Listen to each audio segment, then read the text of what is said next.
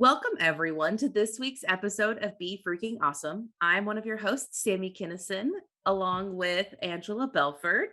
Today, we are going to be having a conversation about a piece of advice, piece of cliche, not cliche, but some advice that In the people book? might get.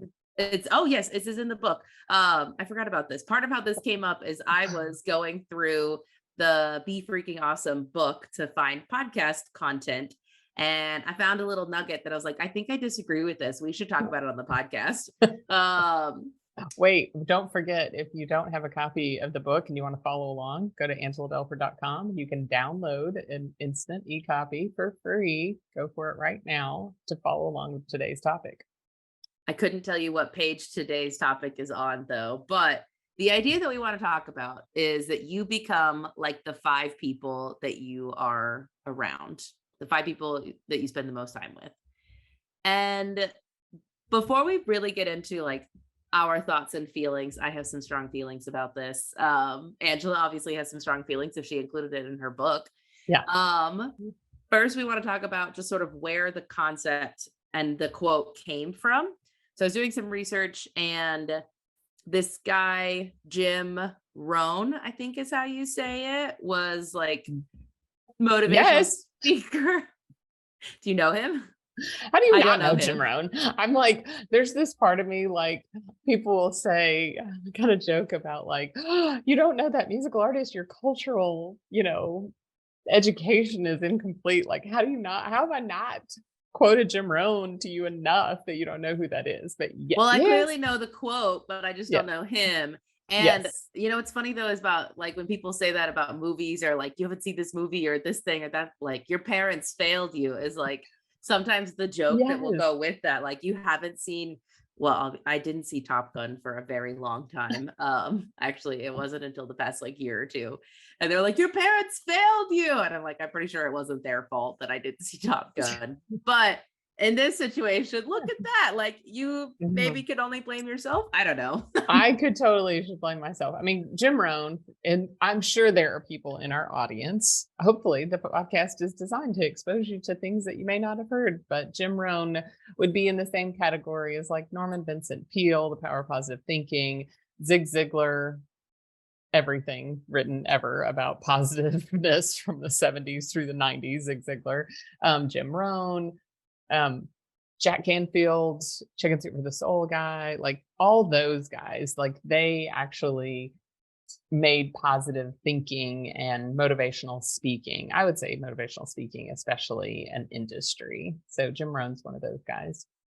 Okay. Well, he is the originator, as far as anyone on the internet can tell, of this quote. I'm sure that there are other people probably who had this idea that you are similar to people that you are around, but the I very would say, specific. well, if you want to know the origin story of this quote, Ooh, it actually probably goes back to, as everything does in positive thinking, Think and Grow Rich. Napoleon Hill has a lot to say about your mastermind, and the idea is being strategic about who you spend time with. Napoleon Hill actually takes it to an extreme level because he encourages you to kind of create a committee in your mind of the greatest thinkers of all time. And so, like, when you're trying to make a decision, like, what would Thomas Edison give you if he was sitting on your advisory council? So, I would say that was probably the genesis of it. But then Jim is credited with saying that you become the average of the five people you spend the most time with. yes. And Angela, why don't you expand upon the idea? You're the one who Yes. wrote about it in your book. Tell us your thoughts. Well, so I mean, I've already, you have went off on separately, which we're going to get into why you disagree with it, and I can see your perspective on that. So, but what I'll start with is to say that you you are directly influenced by what you spend time allowing, the content that you allow into your brain. I mean, like there's the little song that says, "Be careful, little eyes, what you see. Be careful, little ears, what you hear." And that's a sweet little Sunday school song, but it really is important. And so this idea of the 5 people you spend the most time with, the reason why I bring it up in the book is for people to be intentional, because the whole be freaking awesome concept is to intentionally design your life. And what I've seen is that people will tell me, okay, this is not me judging them. This is people sharing, lamenting how sad or depressed or upset or whatever they are, and just how fearful they are and how they struggle. And then they will tell me how many hours they spend watching the news or reading the newspaper or checking out social media. And I'm like, you can't have it both ways. You can't think that you can just consume all of these hours and hours and hours of news and it not impact how you feel and how much anxiety that you have. People all the time ask me like, "Oh, did you see such and such?" I'm like, "No, I do not read the newspaper. I do not watch news on television, nothing." And they're like, "Oh, how can you be informed?" And I'm like, "Here's the thing. If there's a big deal that happens, I will hear about it and then I will selectively choose to go and do my research and learn about what is happening with current events. I don't need constant input of fear." So that's the reason why I put it in the book, is because I saw that people were not considering that news and social media was one of the 5 people, air quotes, people they were spending the most time with. Now, Well, I want to go on a very brief side tangent on news. So I was a double major in college. We've talked before about how one of my degrees is in communication. The other major that I don't talk about because I didn't love it was advertising and public relations. That was housed in the journalism department, and I had to take a lot of like journalism prereq type classes, even though I did not want to do anything related to journalism. For a long while, I have sort of treated news and journalism, not news, journalism. It's like your kid brother that I can make fun of them, but you can't make fun of them, and I'm going to defend them all day long. And I think I actually still would defend journalists themselves in the same I way. agree. News is a business that is seeking how to get and keep your attention so that advertisers will pay them money so that you keep watching their ads and the news and things like that, and they don't get to keep your attention from things that are actually going fine. Like that's not You're like, cool, then I can turn off the news.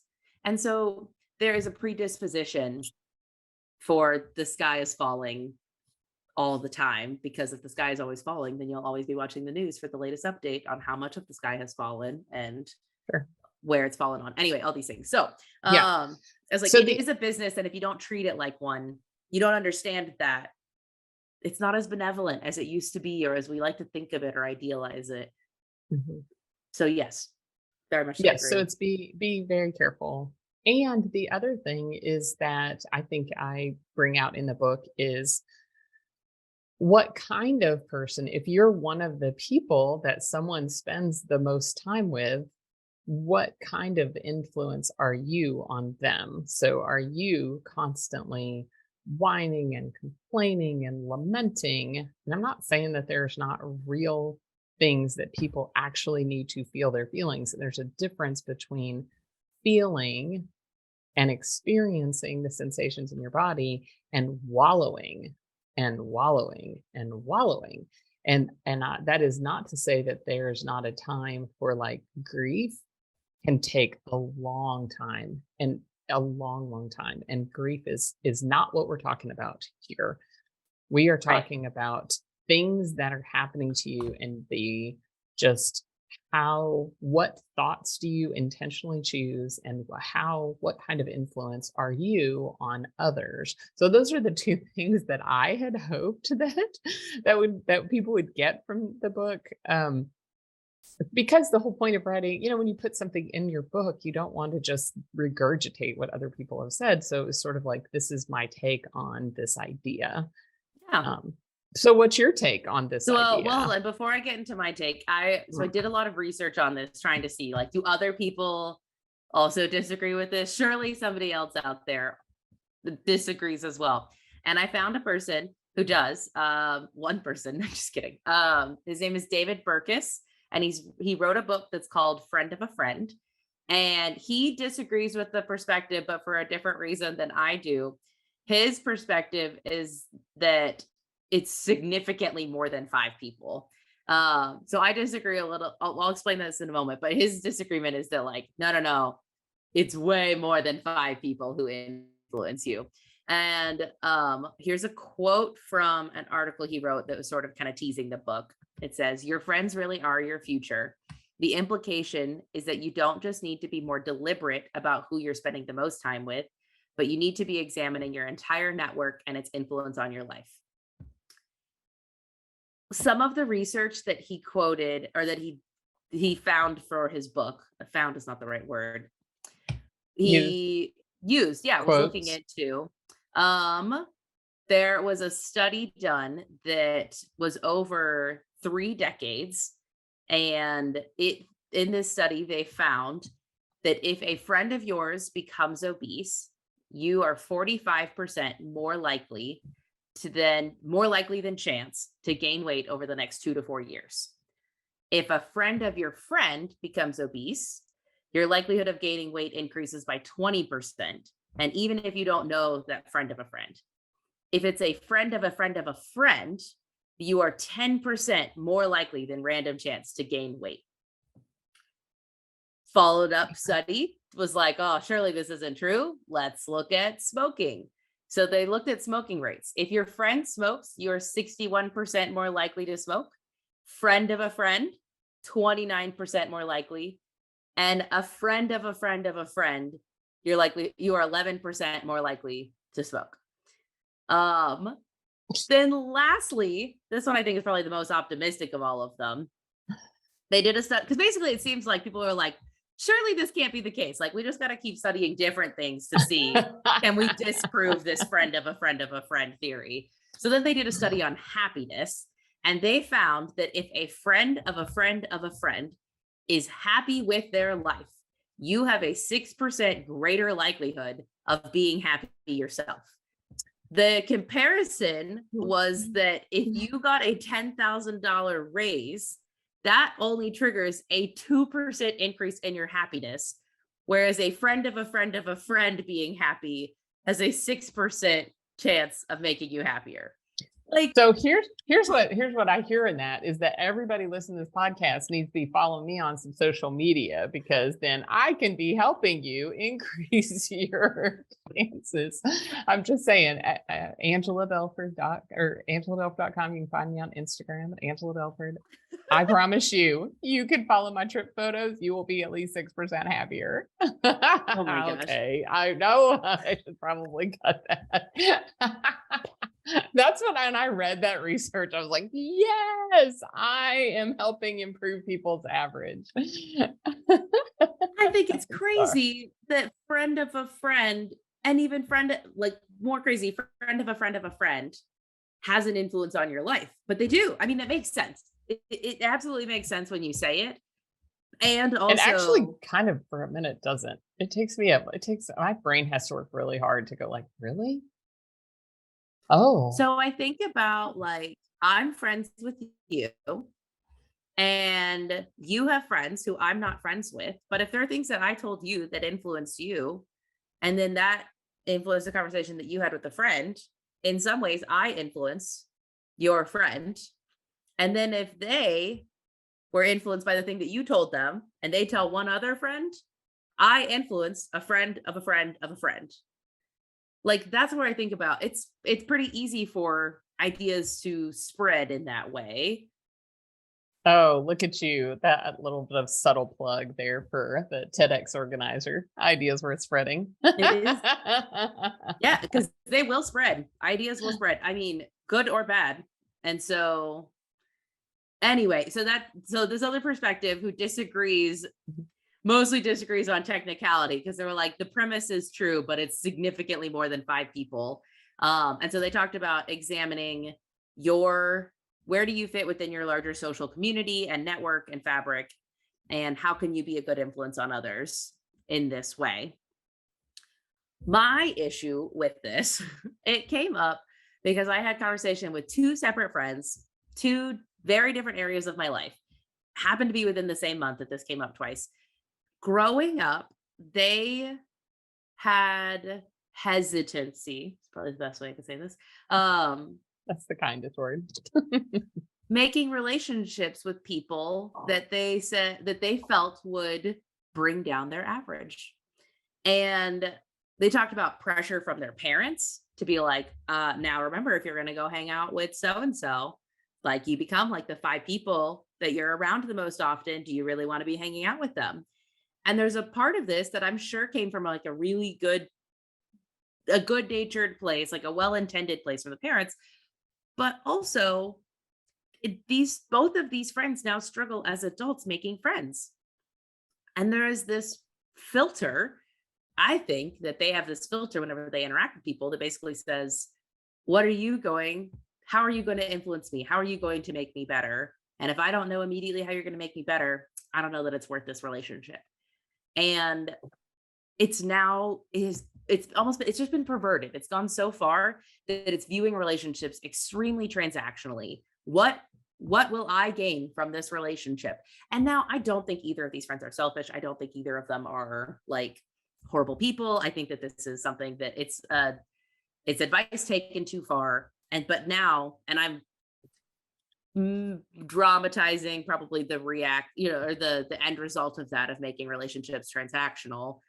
But that is kind of what ends up happening if you only approach relationships to say, how will you bring up my average? And not, how can I bring up someone else's average? Yeah, the implications of this are chilling, I would say, especially like, let's think this through. We are experiencing a loneliness epidemic of unprecedented proportions after the pandemic. And so, and what we saw in the pandemic is not only were we having to figure out like, is this is this person going to bring up my average? But we didn't even know if people were safe. Like physically, our physical safety was in jeopardy if we got physically too close to people, which then when you spend a lot of time not being physically close to people, then you emotionally separate and you emotionally, are a little more reserved and you're more reluctant. And then we're now all out of practice of that just basic small talk. And then we've had too much time on the internet, too much time in social media, too much time with this kind of advice. And then what's interesting is that when we started this conversation, I was not thinking I was going to be talking about Traveling Light, the new book. I thought we were going to talk about my old book. But one of the major themes of the new book that I talk about is that there are things that our parents taught us to keep us safe, right? And look both ways before you cross the street. Don't talk to strangers. That was designed to keep us safe so that we didn't get kidnapped. And now, if we don't take those ideas that we were given, don't touch a hot stove, is still good advice. Look both ways, still good advice. Don't talk to strangers is maybe not the thing that you need to be doing. But also don't be walking down. What's the funny thing now? Our parents told us, don't get into a stranger's car and don't talk to strangers. Don't talk to strangers on the internet. And now I talk to strangers on the internet so they will come pick me up in their car. Like, yeah. Let's not talk about ride sharing apps, which I love. We solicit a stranger on the internet to come pick me up. The 90s would be terrified. Yes. You wouldn't be able to use all sorts of things. I mean, but anyway, and so the idea is that like the things that we're taught to keep us safe at some point in time can get to the point where they're detrimental to our emotional well-being. And then they make it to where we're no longer safe. So that's one implication, is just the loneliness epidemic for ourselves. But the other is that I wonder about the kids that, I mean, golly, in 8th and 9th grade, I would have been one of the people that one of those certain kinds of people that you shouldn't be hanging out with. For sure, from a circumstantial standpoint. I mean, in the summer between 8th and 9th grade, we lived in my station wagon. I was evicted from my house within the first 6 weeks of school. And only because I was really, naturally gifted.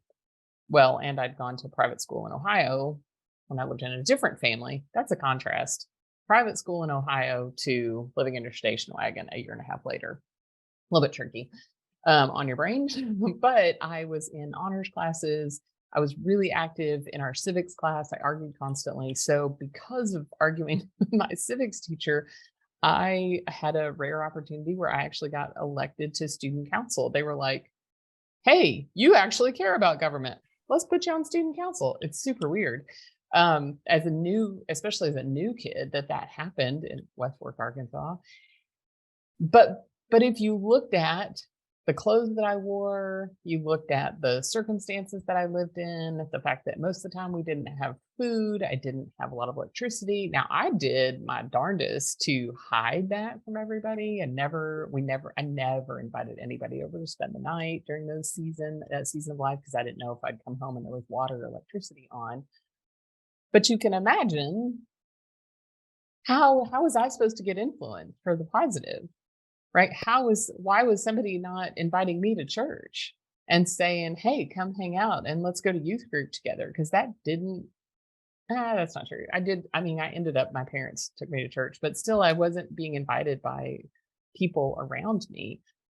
And I raised three teenagers, so I get it. It's scary out there. It is very scary out there. I can remember a conversation you and I had, Sammy, at one point where I was like, do you have any of your 10 to 12 friends that you were core friends that are that share your faith?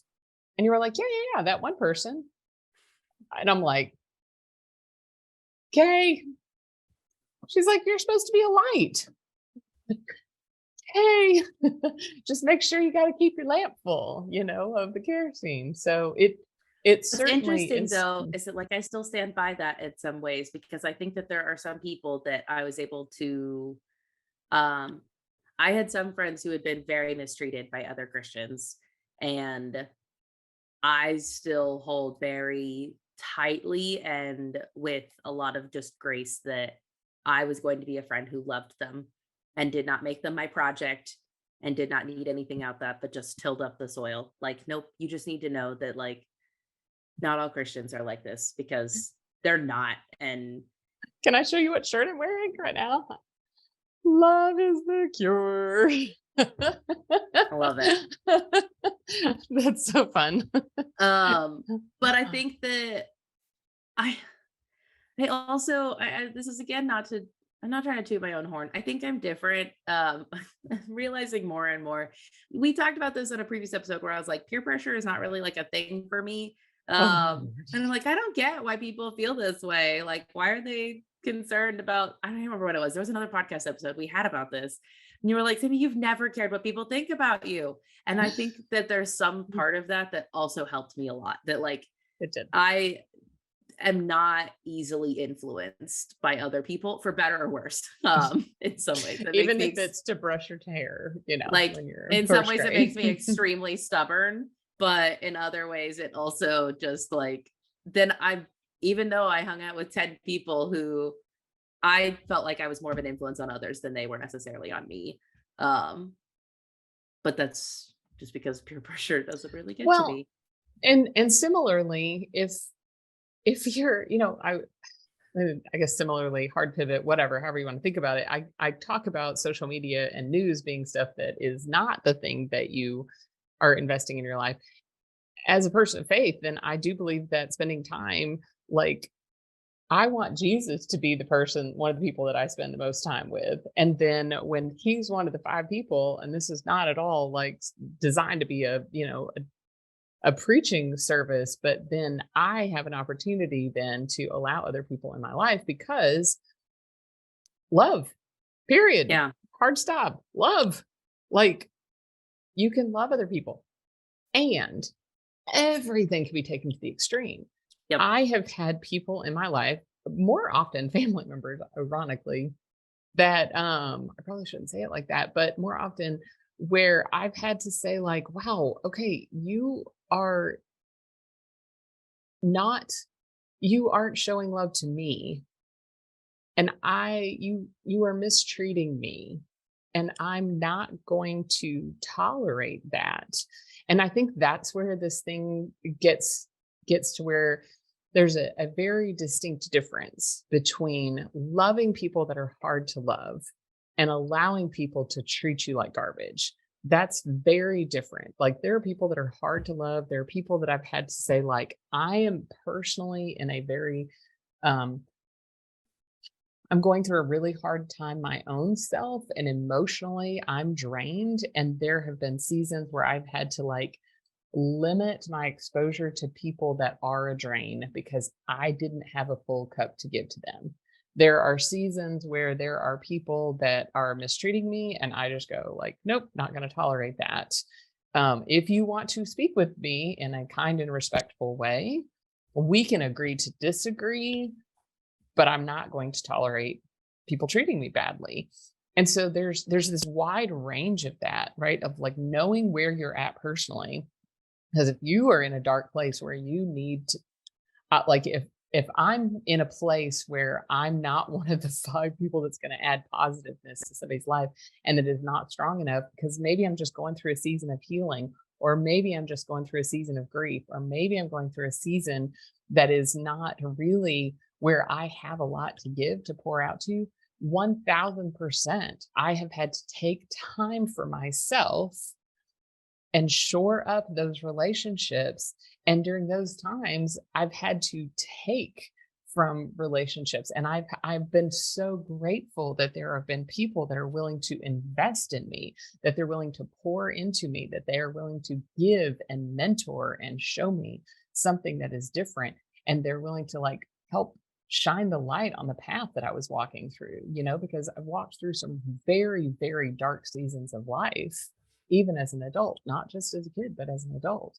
And during those seasons, was I, 100% out there giving to people that were needing a positive influence? No, I often had to go radio silent for a while. But then when I do recover and I get to that place where I am stronger and healthier, then I feel compelled to also talk to people that are maybe hard to talk to, love people that are harder to love, unless you're a Pharisee, and then I really struggle. And I hate that Jesus calls me to love people that want to use the Bible to beat up other people. Golly, this has turned into a whole faith episode, and we're talking about Jim Rohn. Go ahead. I like to bring up the point about mentorship as well, because I think that's one, when you think about like, how can you impact other people's, I hate this, like impact their average, but sort of where this came up is that I didn't like that. But how are you impacting other people? Mentorship is another way that you can absolutely impact other people, but that doesn't mean the influence is two-way. And it's a two-way street. I think that there are times, like if I right now was mentoring somebody who was like 18-year-old in high school looking to start college and all these things, it's not to say that I couldn't gain wisdom from them, but there are also a lot of things like they might give me advice on how to handle things. It'll be like, okay, cool, thanks. Wait, you have to use wisdom too? Right? Discernment. My sister, freaking love her. And I am so proud of her growth and everything. But there are times where she's like, this is the toxic advice that you really don't want. Like, and she will just lay it out there and be like, I know straight up that this is toxic, but this is what you should do. Like, just go in and rage and all these things. And I'm like, I'm really proud that you are at a point now where you recognize that this is toxic advice, versus before where you would just be like, I don't understand.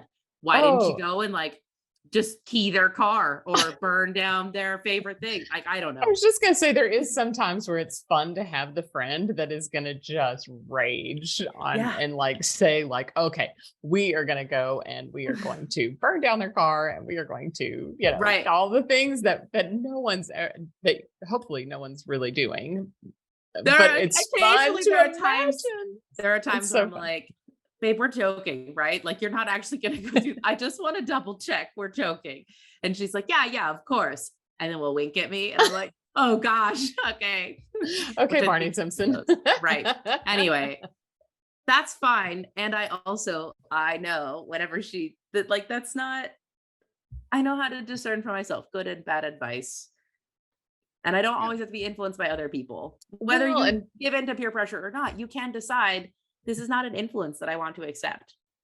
Well, and here's the beautiful thing, because the last couple days I've been reading about, you guys don't follow Sharon Says So on Instagram, like America's government teacher. You should definitely do that. Sammy got me connected with her, but the last few days she's been talking about book banning. And the reason, well, she gave like the top 10 reasons why book banning is un-American and unpatriotic. My favorite one was that she said, we need to teach critical thinking skills. So the antidote for those parents that are afraid of their kids being influenced by others is to teach them how to think for themselves, how to stand up for themselves, and to build in them a character. And I think so often the easy answer is just to give our kids a bunch of rules and say, follow these rules, because if they just follow the rules, then they won't have to think for themselves. But that's not easy this long term. I don't know that as a parent saying they won't have to think for themselves. But this is the safest. This is the absolute safest. As somebody who has been on a recovery journey from perfectionism and anxiety for a while now, something that I have to do whenever things are too scary for me, frankly, too much anxiety about something, is I have to really talk through what's a mitigation strategy that I could have for this thing.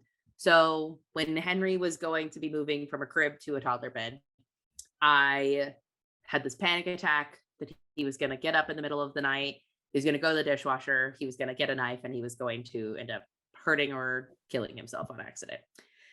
And I was like, we can't move him from a crib to a toddler bed because then he's going to die. And my husband was like, that seems extreme that will happen. And I'm like, no, it will happen. What's so funny is that you explain now the step-by-step process, but when you were talking to your husband, you didn't show your work. You just went, if we move him to the bed, he will die.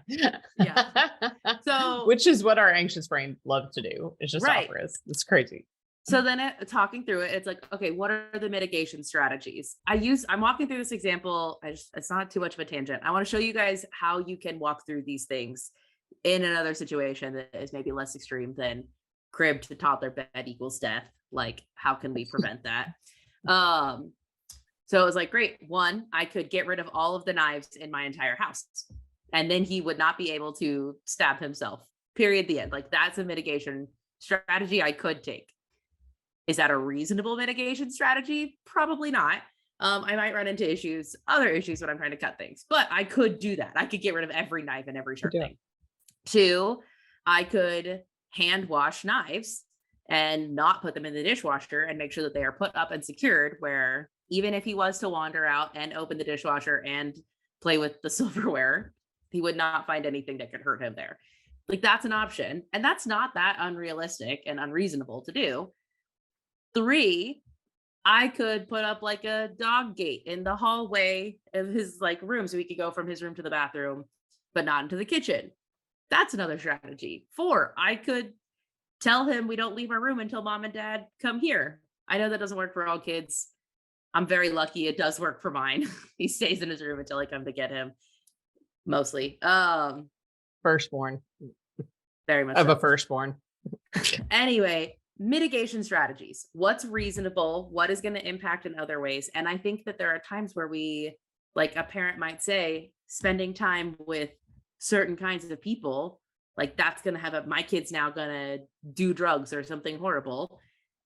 Okay, well, what's a different mitigation strat? Like, what are the mitigation strategies? One, lock them in their house and never let them interact with anybody. Reasonable? Nope. My thing that I always use on that one is an asteroid could still hit your house, so it's not safe there anyway. Whether that's a panic or a comfort, let it be to you that your home, it may not actually be safe. It's now become a comfort for me that, like, it's fine, I could leave because even my home's not safe. It's fine. Everything's fine. Oh my. That got weird. I'm sorry. I'm so sorry. That got really weird. There's times like this that I always wonder, like, does Kat edit this part out? Keep going. So how do you handle your teenagers being influenced by other people? You could tell them, don't hang out with anybody who could be a bad influence. Or we could teach them how to be resilient within themselves, be confident in who they are. I think teenagers have a lot of insecurities about who they are. And even, I mean, adults, let's be real. I think very recently, I have noticed a couple of different situations where I have entered a situation and I don't feel like I'm trying to prove myself. And it has been so freeing and such a release of stress. But I think even as a teenager, before, when you're trying to prove yourself to other people, I don't know, like, then We we who should I tried spend to time with? well, we tried to be the house. I mean, here's my mitigation strategy tip for you. I thought you were going to get there, but you haven't raised teenagers, so I'll throw I you in haven't. there. We tried to be the house that people would go to. Now, it didn't always work out because we lived on the west side of Fayetteville, and in Fayetteville, like, you might as well have lived in freaking another state for those kids to have to drive across. And if our kid was the only one hanging out with the east side Fayetteville kids, then they always had to drive. But when it got older and like, we have a pool and we have a basement, we tried to be cool. I know people that were even way better at it than me. I prefer college kids over teenagers, I but have a neighbor who he literally told me that he spent $140,000 on a super nice pool installation because his daughter had just turned 14 and he wanted to make sure that she hung out at his house.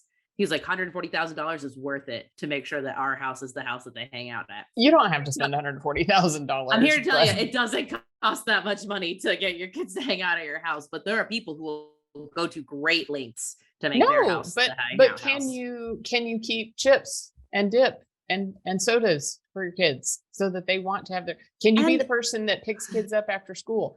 Can you be the positive influence? Because I promise you, there are kids that the ones that you're afraid that your kids to hang out with, they need adults to love them. I think the challenge is that what's hard is that the parents that are giving this advice are often also the ones that aren't real sure about how to love themselves, number one. So then they're not real sure about how to love their own kid and then loving other people's kids. I'll just give you a hint, you guys. It's actually easier to love other people's kids because here's why is because when they mess up, it doesn't mean anything about you. I have finally figured this out. My best friend and I, we have talked for a long time about why is it that our kids can do something and it is like the most tragic thing on the planet. And she will tell me this thing that her kid did that is most tragic. And I'll be like, huh, that's a bummer. And she'll be like, it's more than a bummer. Right. And then I will tell her something that my kid did and it'll be like, and then we finally figured out it's because it means something about us. It means that I didn't, raise them right. I didn't whatever. That's the beautiful thing about having 20 something kids is you realize that even if you did raise them right or you didn't raise them right, they still don't make their own choices because it turns out they're just humans. So anyway, so let me just reassure you in case you're like scared to invite other teenagers over because you're not real sure how to communicate with your own. Other people's kids are easier to love. Here's the other weird thing is that my youngest daughter, who's the only one of my three kids who hadn't been on the podcast, she went through a season where she just thought we were the worst, which was her right. She didn't have a prefrontal cortex. They do that between, 16 and 20 something. And so she thought we were like the worst parents. And then she got a friend that has very dysfunctional friends. And I, one night, said to her friend, I'm really happy that you're hanging around with us. And she goes, yeah, why? And I go, can I say the thing I'm not really allowed to say? Because this means that my kid now realizes I'm not actually the worst parent on the planet because there's now a comparison. And she's like, yeah, she won the parent lottery. Anyway, it was fantastic. So there's another my side favorite, benefit. my favorite is that like both of my younger siblings will be like, this is my dream. I'm going to go pursue this thing. And you're like, great, let's pursue this thing. Let's double down. Let's do it. Like, I'll help you prepare and research and all the things. And then they're like, oh, mom is like so dedicated to helping me achieve my dreams. And like, maybe I don't want it anymore. How could she do this to me? I'm like, yeah, you're right. How could your mom believe in you? What a horrible person she is that she believes that you can accomplish whatever you want to accomplish. You're right. She is the worst for loving you so unconditionally that she would drop so much money on all these things. Blah. Anyway, Blah. every now and again, I have a really hard time like tolerating my siblings' complaints Okay, about stuff like that. and also I'm not the paragon of loving people unconditionally. I for darn sure promise you that there are plenty of things my children do that make me feel like, oh, I'm the worst. So I've struggled with it too. That's the only reason why I have all of this perspective and all this advice. But I think you had to counsel them and say, all you gotta do is tell mom that you've changed your dream and she'll get off of it. She'll jump off the merry-go ride.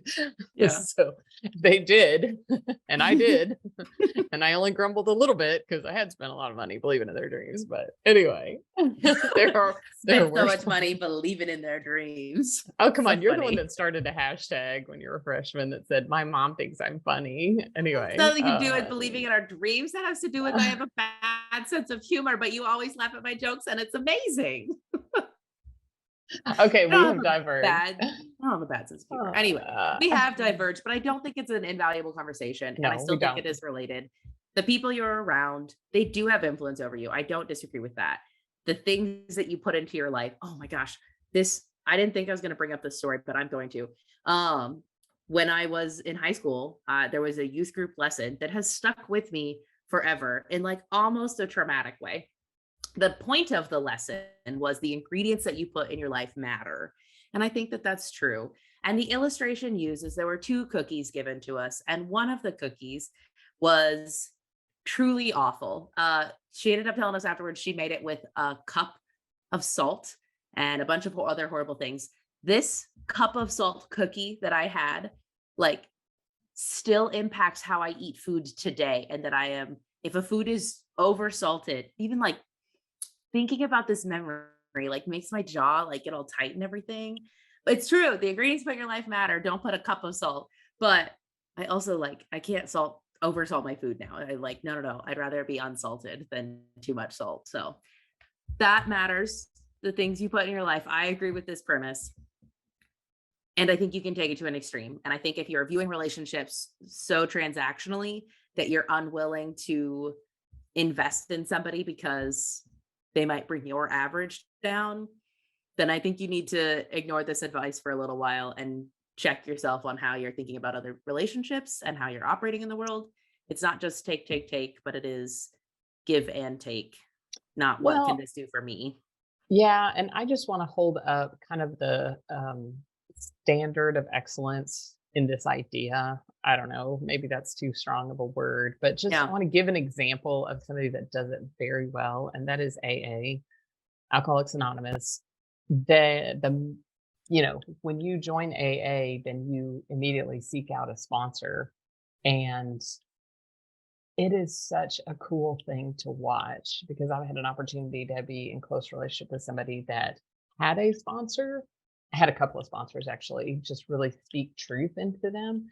And also then when they became a sponsor, it was kind of entertaining to watch because they were like, oh my gosh, was I like this? It's like, yes, you were. But in terms of like when you get to those darkest days, having a program that really showed you this is how you can have hope, you can step your way out of it. Big Brothers Big Sisters is another great example of like a very intentional mentoring program. In Northwest Arkansas there's a program called Saving Grace, and they take girls that are aging out of foster care and they assign them 3 mentors, and when you agree to mentor a girl you agree for life.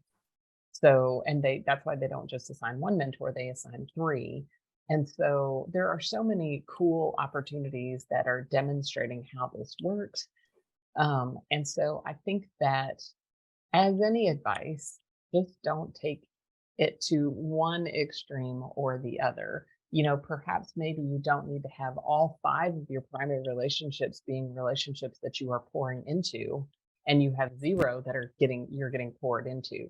That like somebody is investing in you. And so keep some balance in that so that if you kind of get off center a little bit where you're like, whoa, all of my relationships right now, everybody is in a season where they are needing a lot of deposits from me.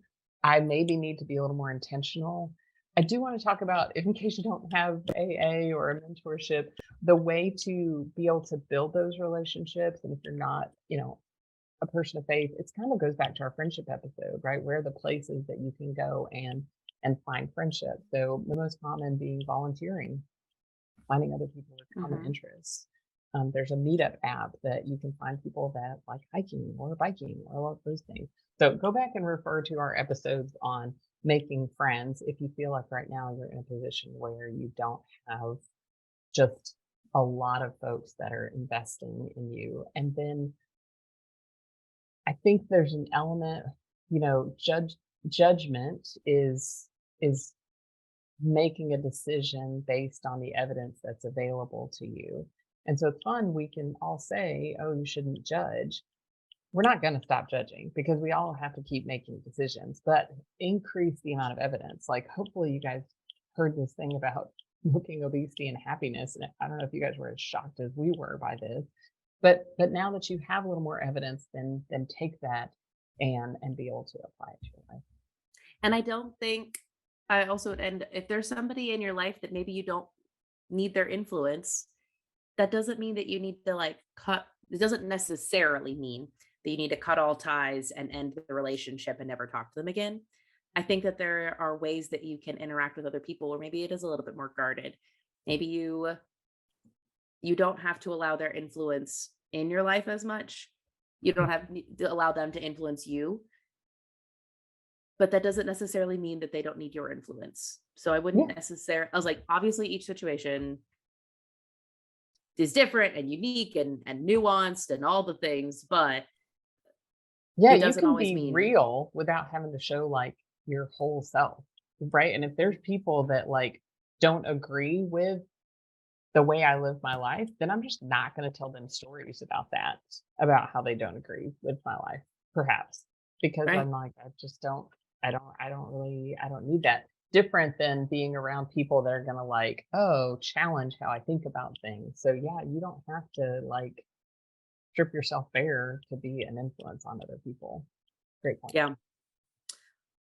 Well, this has been fun, I think. We sort of Fun for us. yeah, gone around a little bit. Um Angela, why don't you give us a little like fun teaser? If you're watching on video, you're not in your office with your big, beautiful, colorful background. Where are you at, Angela? I am in the middle of my actual vacation. Can't you tell? I'm stopping to record a podcast. We actually, it took a little bit more work to get gone on vacation, so I can get this one recorded. But I am in the middle of my 2 week. I guess it's becoming a thing for me to be in Europe during the summertime, but I have a wedding that is in England. And so at this very moment, I am sitting on the ninth floor of a building in Liverpool and England and having a glorious time. I've already been to the Elton John and have seen some great shows. Still have really fun things. Got to stay in the castle. That was really super fun. But anyway, I am exposing myself to lots of new culture so that I can think about things differently. And all of this is sort of in preparation for when I get back to the States, then it will be full throttle book launch time. And so I'm very excited because actually today, while this is recording, my editor is on final read through. So we will have Woo! I know. I'm super excited. I read an email right before we started recording. And so it will be the new book will be available for pre-order at beginning July 1st-ish. Ish. First. I was like, it'll be the first, or maybe whatever the day after 4th of July in the States might be. So anyway, depending on when Amazon accepts it. But somewhere around the 1st of July. That's We so will have pre-order. exciting. I know. Super cool. Oh, I can't believe it's finally here. Oh, and it's really good. Like I mean, if you would have asked me back in January, I was like, I don't know why anybody would read this trash. It is not even well thought out. I don't even love it. It was like I was having to fake it a lot. It's so good. Yay. I hired my editor. She started in January. So yay. So if Very people want to happy. stay up to date on book launch things or, maybe interested in book launch team or things like that. Yep. Where can they go? angeladelphi.com. When you download a copy Ta-da! of the free copy of Be Freaking Awesome, it actually puts you on my mailing list. So I will let you know. And I am already starting to promote on social media. So follow me at Angela Belford. And we'll be cross promoting everything on our Be Freaking For Awesome. sure. That is the letter B, freaking awesome.com, and also on the Instagram and all the places. So you can pretty much Google me and you will find, Google Angela Belford, you will find me on the web. That's right. Got that good SEO. Masters in Internet Marketing paying off. Well, any other closing thoughts? No, thanks for you always believing in my ideas when I at one point was like, what am I going to talk about? And then you go through and highlight Be Freaking Awesome and realize there's still a ton of content that is super valuable in Well, that thank book. you for indulging me when I say, I think I disagree with your advice that you wrote about. Let's talk about it. And you're like, okay. Let's go. There's stuff that I wrote about in Be Freaking Awesome. I think that when I started writing the new book, I think that it was like, I've learned some stuff and this is not exactly how I would talk about it now. Yeah. So, absolutely. Well, we love you all. Mom, I love you. Hope you're having a great time. Miss you a whole lot. But for now, we hope you guys go and have a freaking awesome day.